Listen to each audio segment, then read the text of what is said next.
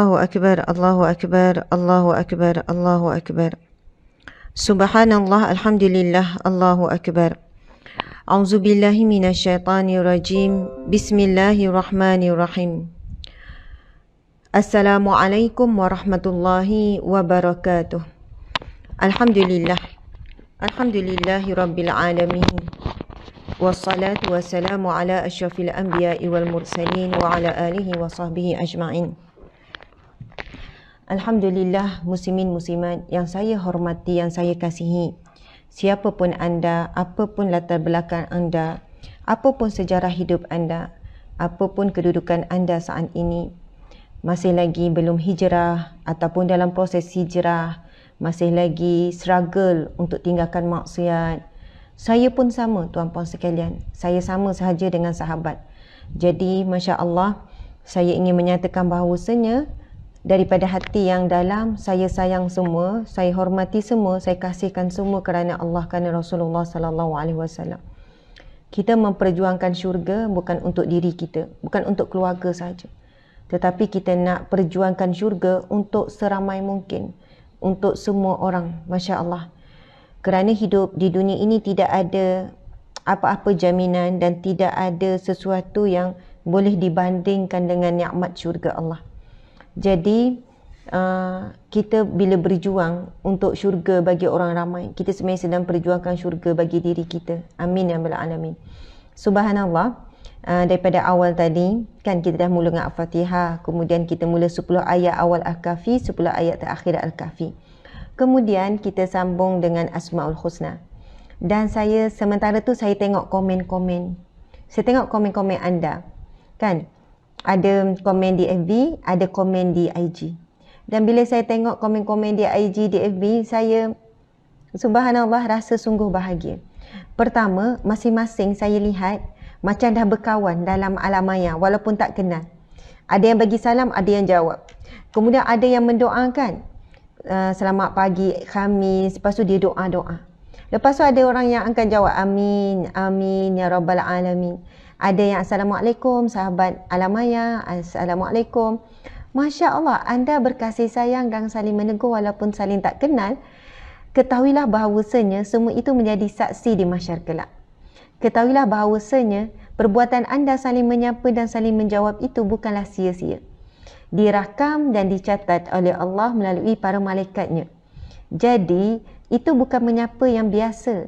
Kan, menyapa untuk meraihkan orang yang baru hadir pada pagi ini.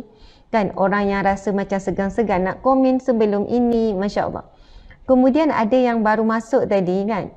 Dia tanya, ini surah apa? Masa baca Al-Kahfi ayat yang pertama, ayat 1 hingga 10, ada yang tanya, ini surah apa ya? Kemudian ada yang jawab Al-Kahfi, Al-Kahfi, Al-Kahfi.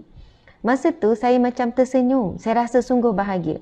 Saya bukan rasa macam, ya Allah, ada lagi ke yang tak tahu ini surah Al-Kahfi? Tak, saya tak rasa macam tu. Saya rasa macam, Masya Allah, bahagianya dan gembiranya saya hari ini ada orang akan mengenali nilai 10 ayat terawal surah Al-Kahfi. Hari ini ada orang yang mungkin akan belajar satu perkara yang dia belum tahu sebelum ini. Jadi berbahagialah kerana anda bantu share live kita. Anda mungkin kerana keikhlasan anda, kalian semua ni ikhlas menuntut ilmu. Maka Allah lorongkan ramai lagi orang untuk sama-sama hadir. Masya Allah. Saya sendiri pun kena jaga niat saya. Kena teguh, kena jaga niat sungguh-sungguh. Sahabat pun sama, kita sama-sama jaga niat supaya kita sentiasa dalam hidayah, dalam petunjuk, dalam redha Allah Subhanahu Wa Taala. Masya Allah, terima kasih. Banyak doa-doa tu, Masya Allah. Jadi saya nak sentuh sikit sahabat. Tadi yang bertanya, mungkin dia tak biasa dengar ataupun dia sebenarnya tiba-tiba tak perasan itu surah apa. Kenapa saya mulakan setiap pagi dengan Al-Fatihah, kemudian 10 ayat terawal Al-Kahfi dan 10 ayat terakhir Al-Kahfi. Masya Allah, dengan harapan bila anda hadir daripada awal, kita akan mula lepas ni dalam 6.45 ataupun 6.50, macam itulah. Bayangkan jika setiap pagi anda hadir kuliah ini 5 kali seminggu kan, hari Isnin sampailah hari Jumaat. Bayangkan kalau anda dengar dan ikuti, insya Allah 1 bulan, 2 bulan anda akan hafal. Subhanallah, itu target kita. Mula-mula dengar, cuba ikut. InsyaAllah nanti akan hafal. Subhanallah, apakah kelebihan 10 ayat terawal dan 10 ayat yang terakhir? 10 ayat terawal dan 10 ayat terakhir surah Al-Kahfi ni. Boleh tak siapa-siapa tuliskan? Masya Allah, ada yang kata sedang berusaha. Ada siapa-siapa boleh tulis? Apakah kelebihannya? Tulis, saya nak tengok komen masing-masing. Apa kelebihan kita membaca surah Al-Kahfi 10 ayat awal dan 10 ayat terakhir? Saya sedang nak tengok. Ya, saya pun sayang semua. Sayang semua.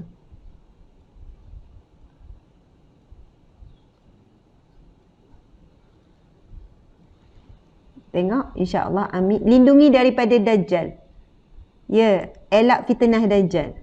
Lagi? Terlepas daripada fitnah Dajjal. Ya, Masya Allah. Melindungi. Betul ke Ustazah? Dapat lindungi daripada fitnah Dajjal. Masya Allah. Allahu Akbar.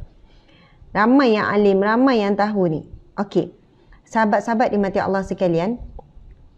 Saya nak membacakan satu hadis Nabi SAW. Hadis sahih. Riwayat Muslim 1342. Ini merupakan hadis sahih, sahabat-sahabat sekalian.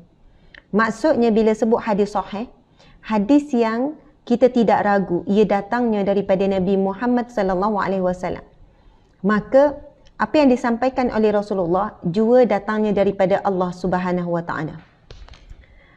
Kerana ia merupakan wahyu. Hadis Nabi juga wahyu daripada Allah dengan perkataan Nabi Muhammad SAW. Kita kena faham satu perkara, Dajjal juga adalah makhluk yang Allah ciptakan. Dan cara untuk berlindung daripada fitnah Dajjal, Allah yang tahu. Allah yang tahu. Lalu Allah sampaikan kepada Nabi Muhammad SAW untuk disampaikan kepada kita. Soal bagaimana ayat ini, surah ini boleh membantu kita berhadapan dengan fitnah Dajjal, itu kita serahkan kepada Allah Subhanahu Wa Taala. Masya Allah. Ia berdasarkan hadis Nabi riwayat Muslim 1342. Bismillahirrahmanirrahim. Qala Nabi sallallahu alaihi wasallam, bersabda Nabi sallallahu alaihi wasallam, man hafiza 10 ayatin min awwali suratil kahfi usima minad dajjal. Yang bermaksud, barang siapa yang menghafal 10 ayat daripada awal surah Al-Kahfi, ia akan terselamat daripada fitnah Dajjal. Subhanallah. Saya ulang lagi sekali, Nabi SAW bersabda, ia adalah hadis sahih yang tidak diragui datangnya daripada Nabi. Dan apa yang datang pada Nabi datang juga daripada Allah Subhanahu Wa Taala. Nabi bersabda yang bermaksud, sesiapa yang menghafal 10 ayat terawal daripada surah Al-Kahfi, ia akan terselamat daripada fitnah Dajjal. Apa maksud Dajjal, sahabat-sahabat sekalian? Dan di sana ada riwayat hadis yang lain menyatakan, siapa yang menghafal 10 ayat awal dan 10 ayat akhir selamat daripada fitnah Dajjal. Namun antara yang paling kuat adalah 10 ayat terawal. Jadi kenapa Ustazah baca juga 10 ayat terakhir dan cuba ajak orang hafal juga? Kerana di sana ada dalil yang menyatakan 10 ayat terakhir juga menjadi benteng terkuat daripada fitnah Dajjal. Ad-Dajjalun membawa maksud apa? Pendusta. Pendusta. Sebab itu di zaman Rasulullah sendiri dah ada kuncu-kuncu ataupun tentera Dajjal. Maksud Ad-Dajjal pendusta. Kerana itu ada seorang lelaki di zaman Rasulullah yang bernama Musailamah yang mengaku menjadi Nabi. Bahkan Musailamah diberi gelaran Al-Kazzab.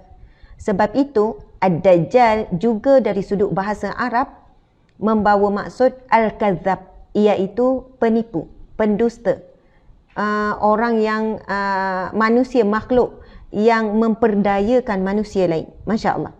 Pada zaman Rasulullah ada seorang lelaki bernama Musailamah dan lalu diberi gelaran Al-Kazzab, Musailamatul Kazzab. Dia mengaku menjadi seorang Nabi. Pernah dia mengutuskan utusan dan menyampaikan surat kepada Nabi SAW supaya mengiktiraf dia juga salah seorang Nabi. Masya Allah. Kemudian Nabi mengantarkan utusan Nabi menghantarkan utusan daripada sahabat Nabi, seorang yang beriman, seorang yang soleh. Cuma saya lupa, mungkin Encik Suami boleh cari. Nabi hantarkan utusan untuk menyampaikan apa jawapan Rasulullah.